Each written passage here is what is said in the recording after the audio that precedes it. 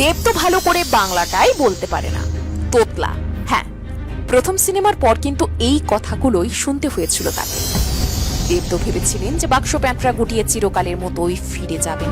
যে দেব স্পট বয় হিসেবে 5 ফরমাস খাটত, সেই ছেলেই কিভাবে হলো বলুন তো টলিউডের সবচেয়ে বড় সুপারস্টার? কিভাবেই বা তিনি হয়ে উঠলেন পরপর 3 বারের সাংসদ? কিন্তু আজ কি সেই জনপ্রিয়তা আদৌ দেবের আছে? ইডির জেরা, সিবিআই এর সমন, দেবের ডাউনফলটা শুরু হলোই বা কোথায়? শুভশ্রীর সাথে ব্রেকআপটা কেন করেছিলেন দেব? তাহলে কি রাজনীতি ঘাটালের দামাল ছেলেটার ইমেজটা একেবারেই শেষ করে দিল?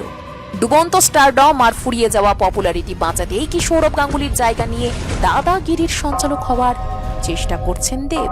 সেটা 2007 সালের কথা। তখনও হাতে হাতে এমন স্মার্টফোন কিন্তু আসেনি। ব্লুটুথ কিংবা ইনফ্রারেড দিয়ে গান ট্রান্সফার করতাম আমরা। একটা 2GB কিংবা 4GBর মেমোরি কার্ডেই ভরে রাখতাম সমস্ত পছন্দের গানগুলো। আর এমন একটা সময় তো রিলিজ করেছিল সেই ছবিটা, আই লাভ ইউ। হ্যাঁ, দেব পাইলের আই লাভ ইউ। আর তারপর রাতারাতি গোটা বাংলার হিসেব বদলে গেল। পাড়ার ব্যান্ডেল, চায়ের ঠেক থেকে শুরু করে বাটন ফোনের রিংটোন, সর্বত্র শুধু একটাই গান বাজতে লাগলো, মন চাই শুধু সেই কথা বলতে।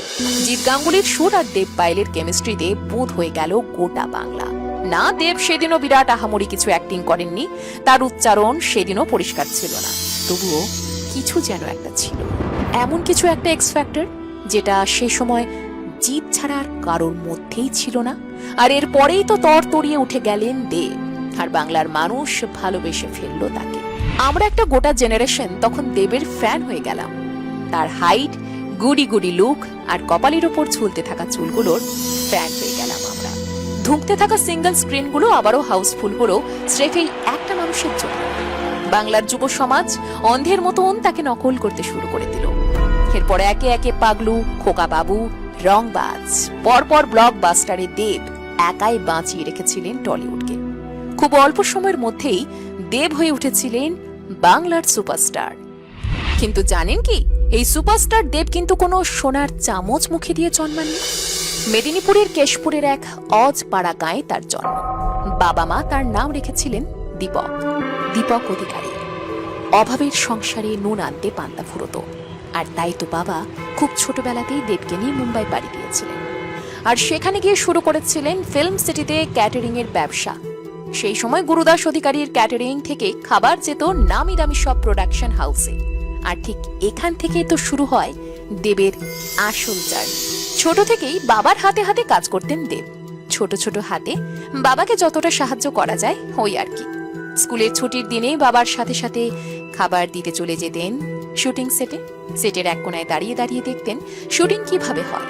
সুপারস্টারদের লাইট, ক্যামেরা, অ্যাকশনের গ্ল্যামার, ডিরেক্টরের চিৎকার, ফ্যানেদের উন্মাদনা, এইগুলোই তো দূর থেকে গোগ্রাসে গিলতেন তিনি।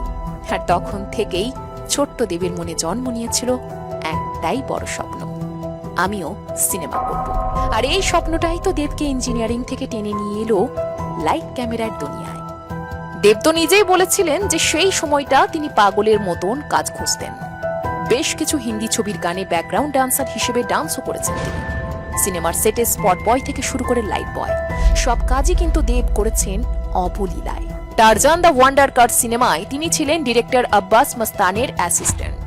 আর সেই সময় স্পট বয় থেকে লাইট বয় এমন কোনো কাজ নেই যেটা দেব করেননি। এরপর সাল 2005 দেব ফিরে এলেন বাংলায়।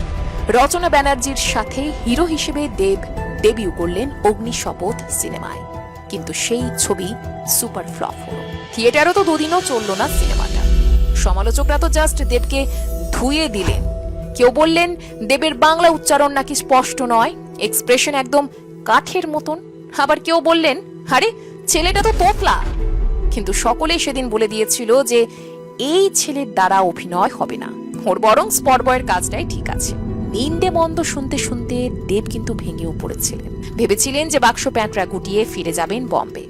কিন্তু সমস্ত হিসেব নিকেশ বদলে গেল ওই একটা ছবি আই লাভ ইউ রিলিজ হওয়ার পর। এরপর আর দেবকে পিছন ফিরে তাকাতে হয়নি। দেবের জীবনের একটা গুরুত্বপূর্ণ চ্যাপ্টার কিন্তু হলো শুভশ্রী গাঙ্গুলি। একটা সময় টলিউডের সবচেয়ে অ্যাডোরেবল জুটি ছিলেন তারা। অন স্ক্রিন এবং অফ স্ক্রিন তাদের কেমিস্ট্রি নিয়ে পাগল ছিল গোটা বাংলা। পরাণ যাই জড়িয়ারে, চ্যালেঞ্জ থেকে শুরু করে আজকের নতুন ছবি দেশু। দেব শুভশ্রী যখনই স্ক্রিনে এসেছেন তখনই দর্শক মুগ্ধ হয়ে উঠেছে। ভক্তরা তো দেব শুভশ্রীর বাচ্চা কাচ্চার নামও ঠিক করে ফেলেছিল, কিন্তু সেই সম্পর্ক টেকেনি। খুব বাজেভাবে ব্রেকআপ হয় দুজনের। পরিস্থিতি এমন পর্যায়ে পৌঁছায় যে দুজনেই একে অপরের মুখ দেখাদেখি পর্যন্ত বন্ধ করে দিয়েছিলেন। মিডিয়া ট্রায়াল, ফ্যানেদের মধ্যে নোংরামি, কাদা ছোঁড়াছুড়ি কি হয়নি তখন, কিন্তু দেব সাইলেন্ট ছিলেন না। কাউকে তিনি দোষারোপ করেছিলেন না, নিজের সমর্থনে কোনো সাফাই গিয়েছিলেন। জানেন দেবের সবচেয়ে বড় গুণটা কি? তিনি সমস্ত সমালোচনাকে মুখের উপর অ্যাকসেপ্ট করতে পারেন। টলিউডের এলিট ক্লাস চিরকালই দেবকে একটু অবজ্ঞার চোখেই কিন্তু দেখে এসেছে। তাকে নিয়ে খিস্তি খেউর ব্যাপক পরিমাণে হয়েছে, কিন্তু তবুও দেব কোনোদিন পিছিয়ে আসেননি। কারণ মাস হিরো হওয়া সত্যি কঠিন ব্যাপার, আর দেব সেটাই হয়ে দেখিয়েছিলেন। এই দুই পৃথিবী সিনেমার কথাটাই ভাবুন না। সেখানে জিতের নায়কত্ব অনেক বেশি, তার একটা ক্লাস আছে, আভিজাত্য আছে, আর দেব সেকেন্ড লিডে একটা ছিঁচকে চোরের চরিত্রে। এমন চরিত্র করতে কিন্তু অনেক উঠতি হিরোরই ইগোতে লাগারই কথা, কিন্তু দেব রিস্কটা নিয়েছিলেন। আর তারপরে জোশ, ছ্যাবলামো, কেওড়ামো আর বাউন্ডলেপনা দিয়ে বাজিমাত করে দিলেন শেষ পর্যন্তই। ছবির শেষে যখন গুলি খেয়ে দেব মারা যাচ্ছে, আমি কিন্তু বাজি লাগিয়ে বলতে পারি যে প্রত্যেকের চোখ ভিজেছিল সেদিন। দেব বারবার চেষ্টা করেছেন নিজেকে ভাঙার। কমলেশ্বর মুখার্জির চাঁদের পাহাড়ি কিন্তু তার সবচেয়ে বড় প্রমাণ। টলিউডের বাকিরা যখন সাউথের মাসালা মুভির রিমেক করতে ব্যস্ত, দেব তখন বারবার নতুন কিছু করার রিস্ক নিয়েছেন। ফেসবুকে যখন দেবকে নিয়ে লাগাতার ট্রোলিং চলছিল, তখন তিনি সবাইকে চমকে দিয়ে জুলফিকার ছবিতে আশ্চর্য অভিনয় করে তাক লাগিয়ে দিয়েছিলেন। বুনো হাসত দেবের সেরা অভিনয়গুলোর অন্যতম। এরপর কবির সিনেমায় তার সেই ডায়লগ, আমার বাংলাটা ঠিক নয়।